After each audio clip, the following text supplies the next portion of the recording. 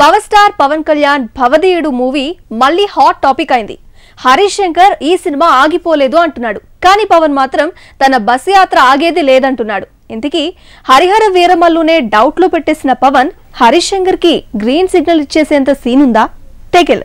Power star Pawan Kalyan Bheemla Nayak hit తర్వాత హరిహర వీరమల్లితో పాటు వినోద్యం సీతంతో busy అవుతాడన్నారు. కానీ పవన్ పొలిటికల్ యాత్ర మొదలైతే సగం పూర్తయిన మూవీనే కాదు, పవన్ సగమే కనిపించే వినోద్యం సీతం రీమేక్ కి కూడా బ్రేకులు పడేలా ఉన్నాయి. మరి హరీష్ శంకర్ కి ఛాన్స్ ఎక్కడిది? హరీష్ శంకర్ డీజే తర్వాత దూసుకు వెళ్తాడనుకుంటే పవన్ డేట్ల కోసం గేట్ల దగ్గర వెయిట్ చేస్తూనే ఉన్నాడు.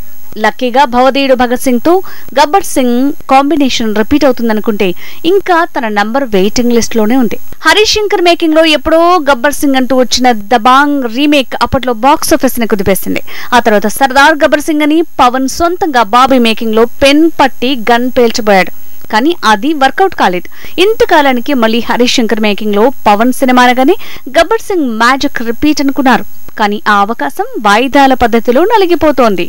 పవన్ వకీల్ సాబ్ చేసేటప్పుడే భవదీయుడు భగత్ సింగ్ కి ప్లాన్ చేశాడు హరీష్ శంకర్. కానీ అది కార్యరూపం దాల్చేలోపే వకీల్ సాబ్ వచ్చేసింది. హరిహర వీరమల్లు, భీమ్లా నాయక్ ఇలా ఓ సినీ తుఫానే మొదలైంది.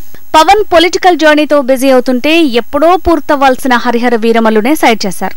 ఇప్పుడిప్పుడే మళ్లీ పెండింగ్ షూటింగ్ షురు అనుకుంటే మళ్లీ బ్రేకులు పడుతున్నాయి. పవన్ భీమ్లా నాయక్ హిట్ తర్వాత హరీష్ శంకర్ మూవీనే పట్టాలెక్కుతుందన్నారు. హరిహర వీరమల్లు ప్యారలల్ గా తెరకెక్కుతుందన్నారు. భీమ్లా నాయక్ ఊపులో భవదీయుడు భగత్ సింగ్ కూడా వస్తే బాక్స్ ఆఫీస్ లో పూనకాలే అనుకున్నారు.